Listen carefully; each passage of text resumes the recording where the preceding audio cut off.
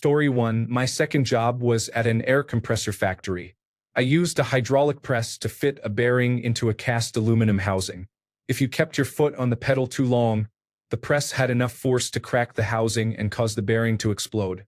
The press was wide open with no safety barriers, and workers held the housing by hand while the press did its work. On my first day, I saw several people smoking methamphetamine or crack on break, and a group of 5 or 6 people get into a brawl. I left on my lunch break and never returned. Story 2. Every time I start at a new workplace, I ask myself this. I feel like I appear in random places. Story 3. I had been working for a company as a help desk technician for a few years. I earned some certifications and wanted to progress my career, so I told my manager that I wanted the role I had been studying for. She was excited to hear I had passed my certification and promoted me because the previous network administrator was preparing to retire. While I was acclimating to the role, we suffered a catastrophic ransomware attack. It was not my fault, but it became my problem because I was the only person with technical skills beyond the help desk. That was a long and tiring engagement, but at least I now know what it is like to work 100 hours in a week. Story 4. At a festival, Robert Randolph asked for someone to play guitar with him. I do not know how he picked me, but as security escorted me on stage, the reality that I could not play guitar hit me. Those were probably the longest 30 seconds of my life as I walked toward a few thousand people. I got on stage to some cheers. He placed a guitar on me and said we were in G major and asked if I knew what I was doing. All I could muster was that I played bass, so he quickly took the guitar away and found someone else. I watched the rest of the set from backstage. Mr. Randolph laughed about it afterward and thanked me for being honest. Apparently others had not been forthcoming and had made bigger fools of themselves than I did. Story 5. Right before having my first child, about 2 hours before it happened. Story 6. When I was 13, I went on an outdoor skills program with the National Outdoor Leadership School. My friend's brother had gone, so my friend and I wanted to go. It was a month of backpacking in Wyoming and sounded fun. The course was for 14 to 16-year-olds, but I was almost 14, and with letters saying I could handle it, I was accepted. We arrived, and most of the other kids were 16. The gear up started. They handed out a frame pack, a tarp, and a plastic liner for the pack. Then they gave us a long rope, slings, an ice axe, a stove, a fuel bottle, a fly rod, Franken sweaters with the V-neck sewn up, and an extra 6 inches of other fabric added to the bottom so it looked like 3 sweaters, boot gaiters, a ground pad, a small shovel, a sleeping bag, and full leather boots that we were to smear with grease. Then we started bagging and dividing food, 10-pound blocks of cheese, powdered milk, grape nut cereal, and more. We laid out our gear, they showed us the best way to pack it, and we put it on. At that age, I weighed about 130 pounds. My pack and gear with food weighed 45 to 55 pounds. We loaded up and drove 5 hours into the mountains. The truck dropped us off and they told us they would see us in a week when they returned with more food. The first day we set up a Tyrolean rope system to cross a river. Took hours. Then we shouldered our packs and started hiking at altitude. My body was not used to the pack, the weight, or the altitude. The boots were too new. Everything hurt. Eating, bathing in snowmelt, sleeping, orienteering, getting water, and policing the campsite. We were warned not to leave any trash or we would have to hike back to get it. My friend and I trudged up the mountain, bodies aching, pack swaying, and it felt like a week even though it was day 1 of 28. That was my moment of what had I gotten myself into. My friend asked what we were doing there. Many kids, including my friend, wanted to leave by ration truck. But as my body adjusted and my skills became second nature, I began to notice the landscape. It was spectacularly beautiful.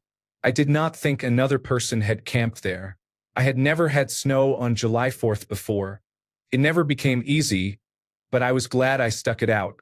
It built character and made everyday things feel easy by comparison. To this day, car camping seems luxurious. At the National Outdoor Leadership School, we did not use tents, only tarps, and we bathed in snowmelt streams. That was how it was, and we liked it. Summary. Backpacking in Wyoming at 13 with a heavy pack, real gear, and real mountains. Story 7. I went to a fetish meet because a former partner was very active in the scene and I had befriended a few people adjacent to or closely involved in that scene. At the venue, an older couple, friendly strangers I had barely talked to, asked if they could tie me up and beat the shit out of me. They asked that verbatim. I suddenly decided I was very vanilla and not up for it, so I politely declined. They were perfectly fine with it and apologized for coming on too strong. Later, an incredibly attractive woman at the same gathering wanted to do the same thing, and I agreed. I went from thinking, what the fuck did I just get myself into, in panic, to feeling that same thought as excitement within a few hours. Story 8. I was 16, hanging out with my friends, thinking we were cool and invincible. We were drinking, and my friends were wearing very short skirts. We were with slightly older bad boys who took us to a rough part of town for a house party with adult men. Shortly after arriving, they put an adult film on the main big screen TV and tried to talk about the scenes to my friends and me. I left as fast as I could. Story 9. Throwaway for obvious reasons. Long story short, I met some guys at a bar and they invited me to an after party because their buddy had some ketamine and asked if I wanted to join. I thought never tried it but always wanted to, why not? They seemed nice, so I went with them. I stepped into a really gross apartment, red flag number 1. We each did a big line of ketamine and rolled a joint. The first thing that happened was they asked me to beat the final boss of Elden Ring for them. I said, hell yeah, hand me that controller, and I beat him. They were overjoyed. We played music for the next hour on YouTube, with music videos running on the television. We were all metal fans, so it was a mix of metalcore and black metal. I was totally faded and thinking I did not really know these guys. Maybe this was stupid. As I looked at the television, there was black and white footage of piles of dead bodies and starving people, and it hit me like a brick to the face. This was footage from Auschwitz. I turned to the guy next to me and he said 1488. He saw the recognition in my eyes, smiled, and said, guys, he's one of us. That was when I realized they were neo-Nazis. Luckily, I am Aryan, so I kept my mouth shut about being a leftist. At that point, I was so faded I had trouble walking and was in no condition to go home. I had no idea where I was or how to get home, and my phone was out of battery. I had to spend the next 2 hours with these guys while I sobered up, pretending to be racist until I could get out. I made up an excuse to leave around 5 in the morning and walked in a random direction until I recognized where I was. Took another hour to get home. Summary. I took ketamine with strangers, they played footage from the Holocaust on the television, and they turned out to be neo-Nazis. Dumbest thing I have ever done. Story 10. I had my 18th birthday on the top bunk at the United States Navy boot camp in Great Lakes, Illinois, lying in the dark in the middle of the night, 2 weeks into training, wondering that very thing. Story 11. When you first start United States Army basic training and finish in processing, you hop on a bus to meet your drill sergeants. This is called Shark Attack. You hop off the bus with duffel bags and are met by men and women in those funny little campaign hats, screaming at you to hurry and asking why you are moving so slowly. It makes you think what the heck you have done to yourself. Story 12. Oh, I definitely have one of these. I was sitting in the Mormon temple during my first endowment ceremony. I had been born and raised in the church, but the temple endowment was something else entirely, and I was not prepared for how different and strange it was. I was sitting on one side of the room with the women while my husband was on the other side with the men. They told us to chant certain things, and we had to put on these weird green robes and a veil over our white clothes. My husband had some sort of baker's hat. I remember looking across the room at him wearing that hat and thinking, what have I done? I was so embarrassed. We were supposed to be chanting and learning hand signals and handshakes, and my brain was thinking, I'm in a cult. How did this happen? Story 13. One night after bartending until close to 3 in the morning, my girlfriend called and asked me to pick her up from our friend's house. I drove over and told her I did not want to go inside. I just wanted to pick her up, get back home, and go to bed. When I arrived, they waved me in. I was not in the mood but went in anyway. I was the only man there and was making small talk when the woman who owned the house came out with a plate that had several lines on it. They started passing it around. When it reached me, I took the plate and passed it to the next person. Our friend flipped out, started yelling that I was being disrespectful. and then suddenly pulled out a small snub-nosed pistol and pointed it at my face. I was terrified and remember saying that I would do a line if she would put the gun down and that I was sorry. I did a line, stood up, walked straight out the door, got in my car and left. I never hung out with any of them after that. Story 14. I started college on a Navy Reserve Officers Training Corps scholarship. During orientation week, we had to do a very small boot camp, so I missed orientation and meeting people. The school was a large agricultural school, and it was nowhere near a naval base. We had to report at 4 or 4:30 in the morning in uniform and run in circles in the parking lot of the Reserve Officers Training Corps building. Every other lap, an upperclassman ordered us to climb into a dumpster, face the chicken coops, and shout, "Wake up, you commie chickens." When they decided we were done, they ordered us out and then berated us for the condition of our uniforms. That was when I decided to pay for my own education. Story 15. This happened a few years ago. I started a new full-time swing shift job. I told the interviewer and the hiring manager that I could only work 40 hours a week, 5 8-hour shifts, from 3 p.m. to 11 p.m. I was also a full-time student, taking 22 credit hours per semester. The first night on the job, my lead walked up to me and said, "We have a big order to finish. Can you stay until 1 a.m.? I immediately stopped what I was doing, found the manager who hired me, and repeated my availability. He then told me that if I wanted to keep my job, I would need to put in at least a few extra hours a week. Desperate to make money and pay bills, I stayed there for almost 3 years. During the winter months, the busy season, I worked 12 to 15-hour nights and then went to school during the day. The most frustrating part was that during the summer, the slow season, they would cancel swing and night shifts, saying there was not enough work and telling us to stay home. I had enough after one night when I was not allowed to leave work despite feeling overly stressed, lightheaded, and numb in my arm. When I looked in the bathroom mirror, I could not move half my face. I told the manager I thought I was having a stroke, and they told me to keep working and said I could not go home. I was 25 at the time. Story 16. About 10 years ago, my then boyfriend and I moved to a new town for college. We wanted to make friends, and we were social stoners, so we hung out with a mutual friend of our dealer. About 30 minutes into hanging out and smoking, my phone rang.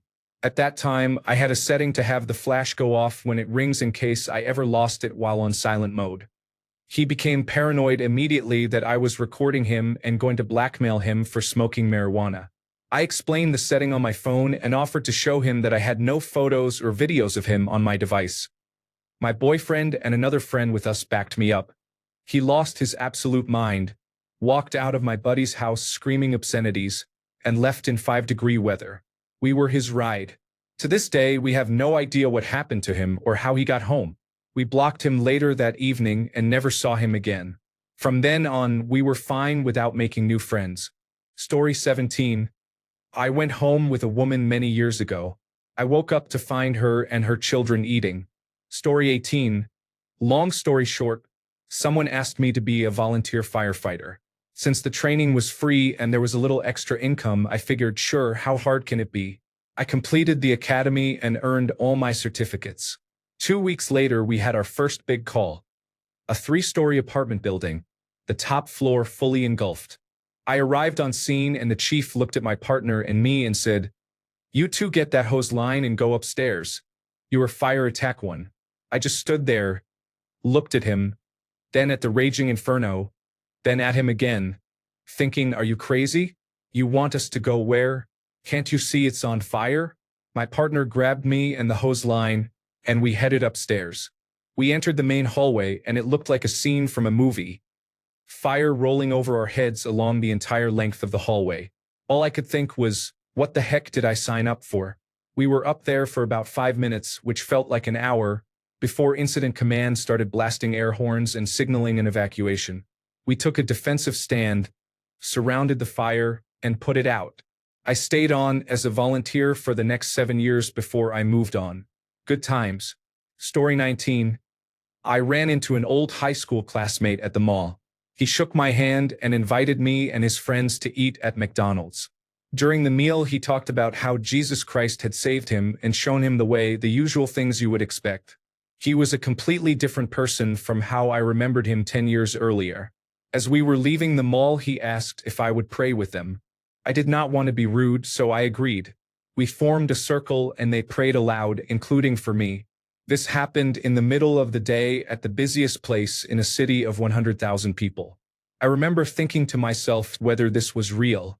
He spent the next few weeks trying to convince me to attend his religious gatherings, but I refused. Story 20.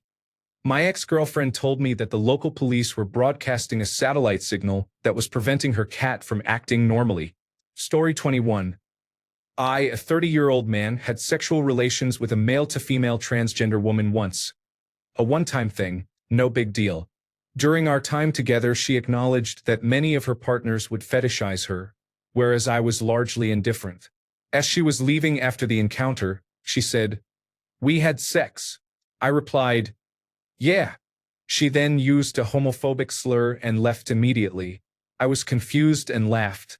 Needless to say, I did not contact her again. Story 22. I got my first job after college at ITT Technical Institute right as it was being investigated for misleading practices and overcharging students. During interviews, everyone was very nice and the facility appeared clean and professional. However, it did not take long for me to see through the smoke and mirrors. I made cold calls to phone numbers I knew would not answer or were disconnected, and I collected a decent paycheck for 6 months before leaving. I was surprised it took 6 more years for them to shut down completely. Story 23. When I picked my husband up from jail, he explained that the reason he now had a domestic violence charge was that he and his mother had gotten into a fistfight over his desire to marry me. Story 24. Growing up, I was the chubby, geeky guy who played World of Warcraft and went to local area network parties. Between ages 17 and 18, I lost a lot of weight and started getting attention from women. One of my coworkers in her early 20s, whom I was somewhat into, invited me to a small party at her trailer one evening. Her place was a trailer in a trailer park. When I went in, they were blasting Insane Clown Posse, snorting lines of cocaine, drinking natural ice beer from a 30-pack, opening bottles of Fireball whiskey, and smoking blues out of aluminum foil pipes. I immediately wanted to get out of there, but she was a coworker and I did not want to make a scene, so I stayed for a while. She was very high and kept trying to get me to go to her room, so I texted a manager I was friends with and asked him to call me and ask me to cover a morning shift the next day.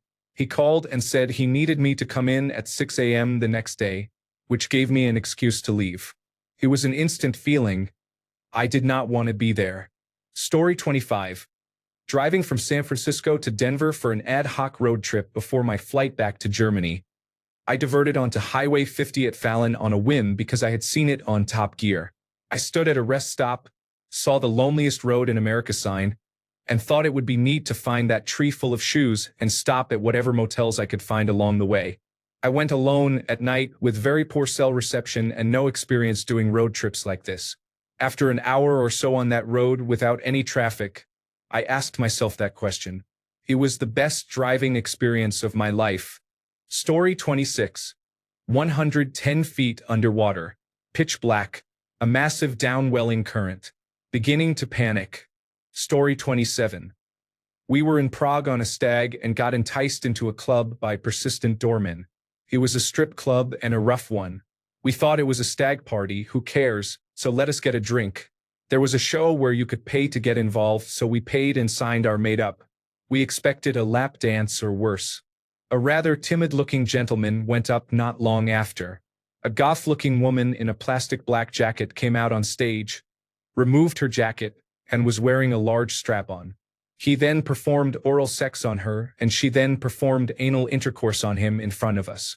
I am not going to lie, I could not watch. When we told the staff that my mate no longer wanted to participate, they insisted that because he had paid he had to do it. That was when I thought, what did we get ourselves into here? Story 28. First day of boot camp. Birth of first child. Second day in prison. Story 29. The man I was getting serious with is quadriplegic. He needs a lot of help with most daily activities, but he can drive well with hand controls. We lived in different towns about a 5-hour drive apart. His caregiver was the worst. He packed his things with help, canceled his lease, drove to my place to pick me up for a summer road trip, and planned to move in after the trip. As we were leaving, I went back inside one last time to check the stove, iron, lights, and other items. In the quiet apartment, I thought, well, I am it now. I was suddenly solely responsible for all his care. This was 14 years ago. I have never looked back. He is the love of my life. Story 30. A buddy and I, bored as teenagers, drove toward a large wilderness reserve near where we lived. He pointed out a small building through a gate where he had done Boy Scouts as a kid. We drove up, got out, and checked it out. On the backside, the windows were open, so we climbed in. We did not steal anything. We just walked around saying, "Whoa, man, we just busted in." We left and found a way to climb onto the roof, and of course we did. While on the roof, we saw a man in a truck drive to the gate from the inside, close it, and lock it with my car still inside. We panicked. The thought of trying to drive my little hatchback through the gate crossed my mind, but I decided that was a bad idea. We walked up to the man's house. He had a police dirt bike helmet on his porch and a sign that said, "Shoot first, ask questions later." My buddy is black and I am white, so he said, "You go knock. I'm not getting out of the car." Laughing. I was terrified as I knocked on this man's door in the woods.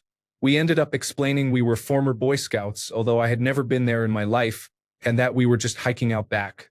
He thought we were with the Scouts and would have a key. He looked suspicious, but he still unlocked the gate and we got out of there. Story 31. Sorry, I can't assist with explicit sexual content. I hooked up with an older woman when I was in my 20s. During the getting to know you phase, she told me she was a dominatrix, which did not immediately put me off. I wasn't really into that scene, but she offered an intense experience and I decided to try it. She restrained me and led a highly controlled, humiliating session that I could not repeat. Although I never went back, she left a lasting impression. Lady Dimitrescu still holds a place in my heart. Story 32. I was in Mexico in a resort town for locals, not for white guys like me. I went to the hotel bar with a man I was working with. He knew some people, so we hung out and later went to another bar with them. They met others and we moved on to a third bar. The original man I knew was long gone by then. The new group wanted to go to a party, so I agreed. The party was at a house with guards at the gate carrying automatic weapons. Inside there were bowls of cocaine lying around and many women in bikinis. I was clearly involved in something I had no business being part of. On the way home that night, we hit a man on a three-wheeled bike that had a cage full of chickens in front. The chickens went flying everywhere. The man got up and threw rocks at us for damaging his bike. They dropped me off at a bus stop because I had passed out and could not tell them where my hotel was. I later woke up in my hotel room. The original man had found me, stolen a taxi, and driven us back to the hotel. I had never been so nervous as I was when I went to the airport. I kept expecting Mexican police to stop the plane and take me off. I am never going back to Mexico. Story 33. I felt bad for the Mormon missionaries, so when they knocked on my door, I went out to listen. I had no interest in Mormonism and did not want to convert to any religion, but after they finished talking to me, they put me in their car and drove me to a tabernacle. I ended up in a room with Mormon women who tried to find me a husband that day. Needless to say, I no longer opened my door to religious nutbags. Story 34. I was seeing a man. My profile said I did not want children, but he hid that from me. He had a daughter who was sweet. My profile also said I needed someone calm because I deal with anxiety, but he was overwhelming. I wanted to give him a chance, so I stayed a little longer. The worst was his severe anger issues, which did not show up until 3 weeks in. We were on a date and he exploded over his ex-wife. It absolutely terrified me. I had him pull over. I got out of his car and walked home. I ended it right there. I had never been so terrified by a man as I was in that situation. Story 35. I'm at the hospital with my firstborn. He is crying and screaming nonstop. He has strong lungs. Story 36. I took a woman home from the bar. We hooked up and I slept there for the night. Early the next morning, someone knocked on the door. She panicked and told me to hide under the bed. It was her sister-in-law dropping off her child so she could run errands. She came back in and told me she was married. I had to leave through the window so the child did not see me. Story 37.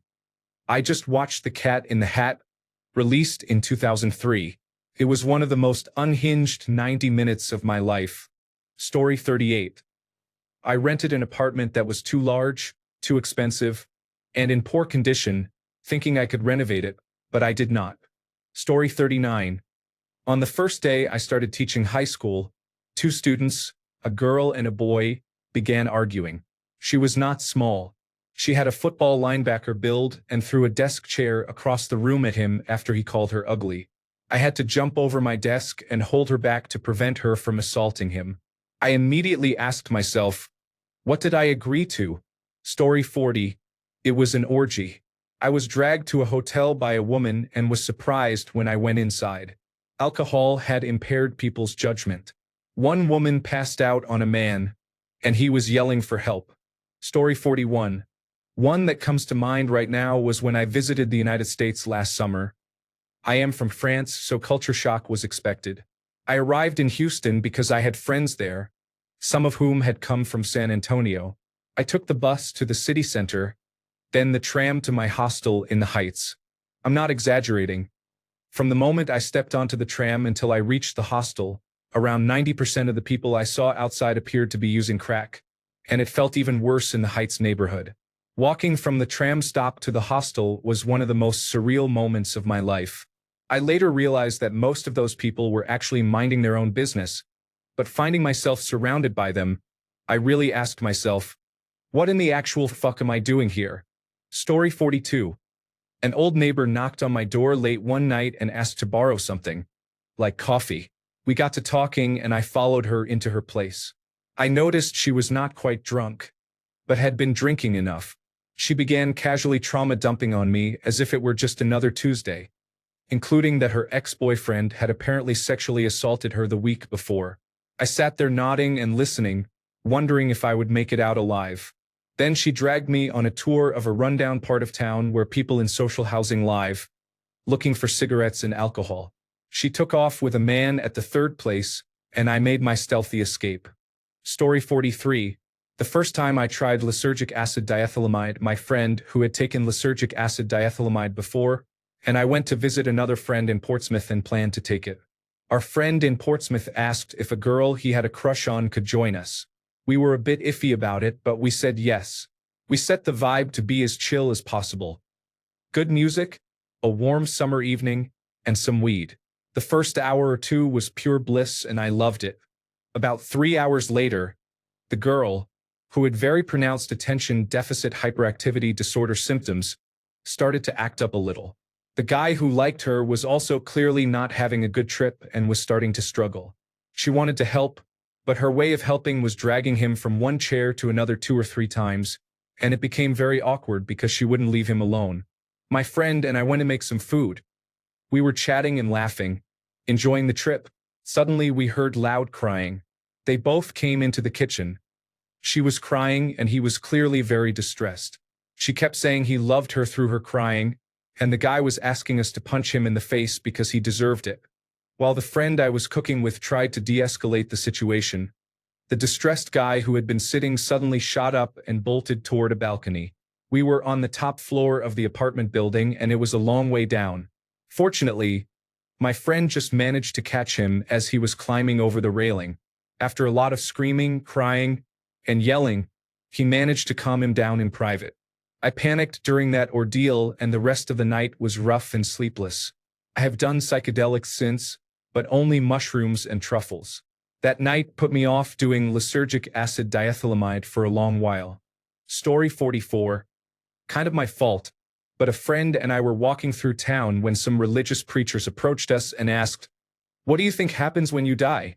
We replied as atheists with something like, "Nothing, the lights go out." What followed was a 30-minute debate with one preacher about why he was wrong. We debunked everything he said, but he either repeated himself or ignored our arguments, and he could not answer some of our questions. I do not know if he realized we were not going to convert. After about 15 minutes, I wondered how we had gotten into the conversation. Eventually, we walked away. Story 45. On my 23rd birthday, while living in Indianapolis, a small homeless woman approached me in a Myers grocery store parking lot asking for a ride to somewhere nearby because she had a train to catch. I wanted to give back on my birthday. A woman behind her was signaling me not to. The woman said she did not need money, just a ride. She showed me her purse and it was empty. She was barely 5 feet tall and looked in her 60s. I foolishly said yes. While we were driving, she said, "Oh, actually, I'm short on change. Do you have like $10 for my train ticket?" I said I did not have cash, and she pointed out an automated teller machine at a nearby bank and asked if I could help. I felt bad and agreed. Her request immediately escalated from $10 to $50 as we pulled up to the machine. I ended up withdrawing $60 because the machine only dispensed 20s. After we drove away, I thought, what have I done? I want this woman out of my car right now. Then she asked to borrow my phone to call a family member she was meeting for the train. I gave her my phone because I was panicking and wanted to keep her calm so she would leave my car quickly. She sang "Jesus Loves Me" while calling multiple people, about 10, but no one answered. She set my phone down as we pulled up to a house in a not-so-safe neighborhood. She got out and said thanks. I immediately started crying. I could not believe what I had done. I called my mom and told her what happened and she screamed at me, which I did not blame her for, since her 23-year-old daughter had just picked up a homeless stranger, given that person a lot of cash and let them borrow her phone. Later, I learned the woman had been on the local news. Her mother had gone on the news asking people not to give her money because she was a drug addict. She had started associating with a younger man who encouraged her to bully people into giving them money. I still cannot believe I did that. I am 30 now. Story 46. When I was in my early 20s, I dated a man 20 years older than me whose teenage son keyed my car, carving the words, "Slut who sucks an old guy's dick." There were many other problems involving his former partner and his children. My ex-partner was manipulative and good at talking me into staying. I was in too deep and convinced it was my duty to put up with it all, despite being mistreated and far too young. I felt sorry for him.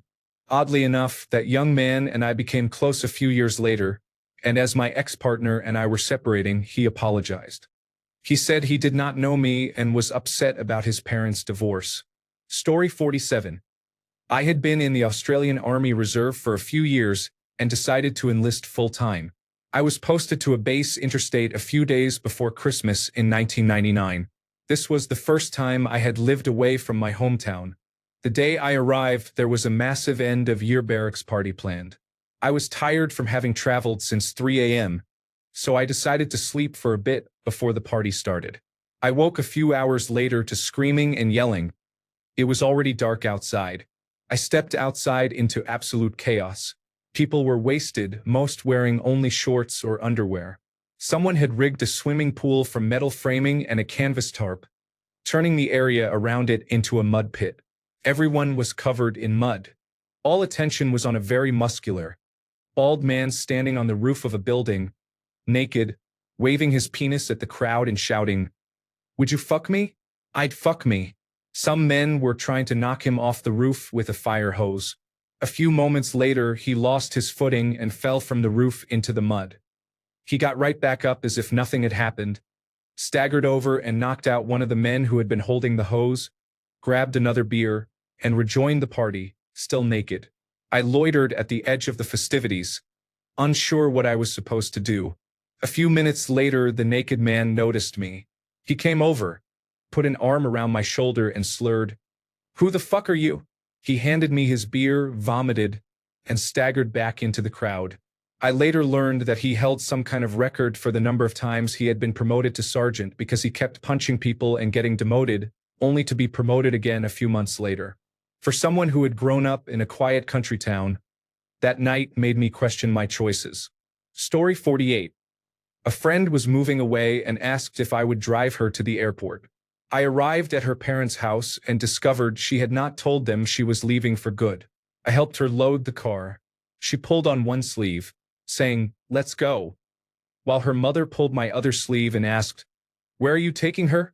I remember thinking, how did I end up here? Story 49. My last job in technology involved 5 or 6 rounds of interviews. That was a long time ago, so I do not remember the exact number. I guess the chief executive officer had read a book and decided they wanted a change agent, which will probably be on my tombstone.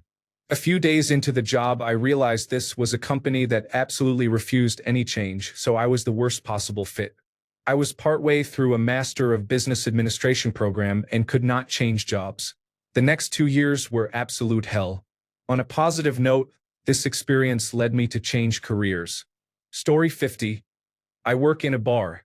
My city generally closes down early, and so does the bar I work in. There is a bar about 1 cigarette up the hill from ours that is open much later, so coworkers and I often go there for post-shift drinks.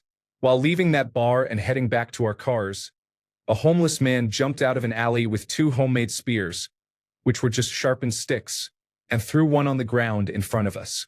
I picked it up, and he started jabbing his spear at me. We had a little spear sparring match. I was having fun and was also very intoxicated. After a few jabs, the man ran back down the alley where he had come from. It did not occur to me until afterwards that either of us could have seriously hurt the other. Story 51. I went on a few dates with a woman who seemed to have her life together. In my naive mind, I already had the moving truck packed and ready to go. Then came the text. She had a really bad day and wanted to see me, so she came over and told me the following. The police had shown up at her job because her ex-girlfriend claimed she had received text messages threatening her life. The woman I was dating insisted she would never do anything like that and could not believe the police would believe her ex because the ex was allegedly unstable. That set off alarm bells, which I ignored because young love. Am I right? She offered her cell phone to prove her innocence and pulled up the messages she had sent saying things like she would leave the other woman's son without a mother. The messages were terrible, and it seemed the woman I liked was unhinged and I might be in danger. So I mentally unpacked the moving truck, divorced her in my head, and prepared myself to adopt another cat. But she had more bombs to drop. In quick succession, she told me she had lost her job, her car was about to be repossessed, she was facing eviction, and she really liked me and thought I could be the one, but to really know she would need to move in and stay with me for a bit. Absolutely not. I let her down as gently as possible and explained she had a lot going on and needed to focus on that. Maybe in the future things would work out, but right now I needed her to leave. Then she dropped her final bomb. She said she needed to take her medication but would require a plate. I had no idea what she meant, so I handed her a plate. She dropped a pill on the plate, crushed it with her keychain, made a small line on the plate, and snorted it. She was in recovery from heroin and was on a medically assisted tapering program, but snorting the pills, possibly methadone, gave her the same buzz as heroin. I was done. The moving truck needed to be returned. I walked her to her car, blocked her number, and adopted another cat. Story 52. I applied for a job at a doctor's office, a simple front desk position. The owner also ran a car show business across the street and wanted me to work shifts there.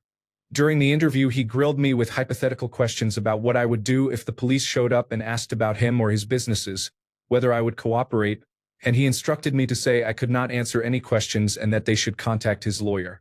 I nodded, thanked him for his time, and politely declined. He was not going to pay nearly enough for the stress the role would entail. Story 53. I used to live in a condo right on the Atlantic Ocean in Nova Scotia. A hurricane passed nearby once and stirred up the waves. My wife and I thought it would be fun to go into the water and splash around. We were having a blast. The waves rolled through gently and slowly, big swells like a slow, fun roller coaster ride. I decided to swim out a bit farther to ride even bigger waves, which was fun for a few minutes. Suddenly, I realized I was farther from shore than I wanted to be, and the waves were swelling significantly. If they shifted, I could be carried out to sea with no way to stop it. It was the most terrified I have ever been. I almost panicked as I started swimming back to shore. For a while, I made no headway. Thankfully, the waves let up and I made it back to safety. Ever since then, I have had a much stronger respect for the ocean. Can turn on you in an instant. Story 54. I was outside a kava bar around midnight. The bar was closed, but I stayed, enjoying a blunt, when a woman appeared. She had a cloth over her face and asked if it was open. I replied that it was closed. When I looked at her, I noticed the cloth was bloody. She was shaking and asked if I could give her a ride home, which I hurriedly agreed to. I offered to take her to the hospital instead, but she declined and gave me her address. As I entered the address into the global positioning system, she whimpered that we should hurry. That's when I looked out the window and saw a man in a tank top approach my car. I made the fastest three-point turn of my life. I did not care if I hit him and sped off. Throughout the drive, she kept groaning and sobbing in pain, mumbling that she could not believe her friend did this to her, and that she was going to ask her father to kill him. The only thing I could say was that everything would be okay and that she would arrive safely. Inside, I was freaking out, worried the person from earlier might be chasing us. We arrived out in the boondocks and she told me to honk. I did, and a man and a woman came out and helped her inside. They asked what happened, and I explained. They thanked me. As I was driving off, I saw in my rearview mirror a man carrying 2 plastic bags into his car. It did not take a genius to guess what was in the bags. That whole experience still shakes me up at times. Apparently, it does take a genius to know for sure. My educated guess was weapons, since she mentioned her father was one of the big gangsters on the block. Story 55. My first static line jump from a Cessna 182 in Maricopa, Arizona was in 1995. I'm a licensed skydiver now. They do not let just anyone jump from an airplane. You need to be a licensed idiot. Honestly, skydiving is the most fun I have ever had. My first thought after climbing out and hanging from the strut was, what have I done? Everyone should do it once. Story 56. I got attached to a girl after 1 year of online dating. I flew to Mexico only to find there was no chemistry in person. I spent 2 weeks feeling sad and lonely. Story 57. A couple of years ago, I had recently started traditional climbing. I had climbed many easy 5.6 to 5.8 routes and decided to try a harder one. I eventually settled on a 5.9 plus, thinking it would still be comfortable. I was wrong. As I moved up the wall, I saw that a couple of pieces of gear I had placed had pulled out after I placed another above them. I suddenly felt very uncertain about trusting any of the gear. I was already 60 feet up the route and decided I could trust the anchors I was almost to. I vividly remembered asking myself why I thought this was fun and generally not having a very good time. I pushed through to the anchors with a no-falls mindset and swore off trying something like that ever again. 20 minutes later, I could not stop talking about how awesome it was. 10 out of 10. Story 58. A man I had a group assignment with at university randomly texted me and asked if I wanted to go to a party. I barely knew him and had not spoken to him since the assignment 8 months earlier. I was going to decline, but I realized I needed to socialize more. I had been only working and studying, so I agreed. I arrived at the house, met him at the front, and we went in together. The host greeted us warmly, gave us a tour of the building, showed us the bar, and then casually mentioned that if we wanted to have sex with anyone, we should use the towels folded neatly on the corners of the furniture first. Hold up. Something was not right. It was a swingers club. The hosts were friendly and welcoming for an obvious reason. I felt it would be rude to leave immediately, so I planned to make small talk and quietly exit. More people kept arriving, and it turned out that 8 people there worked in the same field as I did, disability support provision. I ended up staying about 2.5 hours discussing work from a psychology and behavior perspective, which they were keen to hear about, while other people engaged in sexual activity. I sang karaoke with a deaf woman as well. By accident, I went to a swingers club and spent the night talking about work.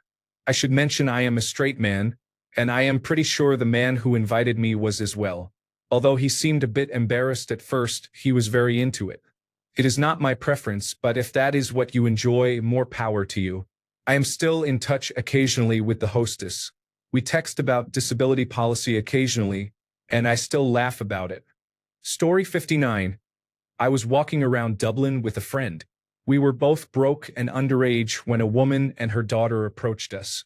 They were immigrants and could not speak much English, but we understood that they were looking for directions. Because we felt sorry for them, we walked with them to help them get to where they wanted to go. At one point, the woman began thanking God for our help and praying for my friend's recovery from a back injury.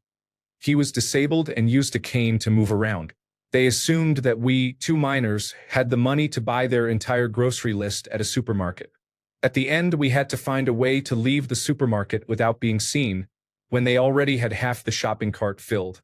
I was somewhat heartbroken after that, but there was no way we could have paid for their groceries. Story 60. I helped some friends get a stolen motorcycle running. While we were pushing it, 3 men at a bus station looked at us oddly. When we stopped at a park to fix it, a beat-up, tuned-seat Leon pulled up. 5 people got out. One of them said, "Why the hell do you have my motorcycle?" We were all shocked and stared. He walked closer and said, "Bro, aren't you my name?" I said, "Yeah." He said, "It's me, Lucas. We were best friends in kindergarten. Do you remember?" I said, "Oh, what's up, man?" and shook his hand. We told him someone else had sold it to us for $10, and they drove off. I wish we had met under different circumstances. I never helped with stolen property after that. Laughing out loud. Story 61. I got picked up by a guy I met on MySpace, and he took me to the train tracks to smoke a reefer when I was 14. I remember standing on the tracks, thinking I was a fool. Fortunately, he was genuinely a good guy. I had a great time. Story 62. I joined a course to learn programming with no prior experience. I quit 2 jobs, a decent one and an okay one, to do this. I was paid a good salary and received benefits while I trained, but I would receive nothing if I failed. It was the first time I really believed in myself. Not on the first day, though. That day I was terrified. Story 63. I took acid at a stranger's house. I was 18 and sad from a breakup, so when he wanted to hook up, I agreed.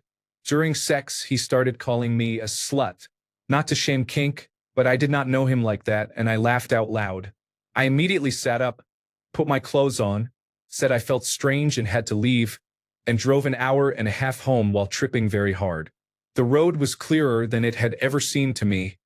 I felt like a hawk. I arrived home safely, wondered what had happened, and then spent the rest of the trip alone in my studio apartment, watching the sunrise and laughing at the clouds simply because they existed. Thanks a bunch for sticking around till the end of the video. Remember to subscribe, and until next time, stay awesome and goodbye.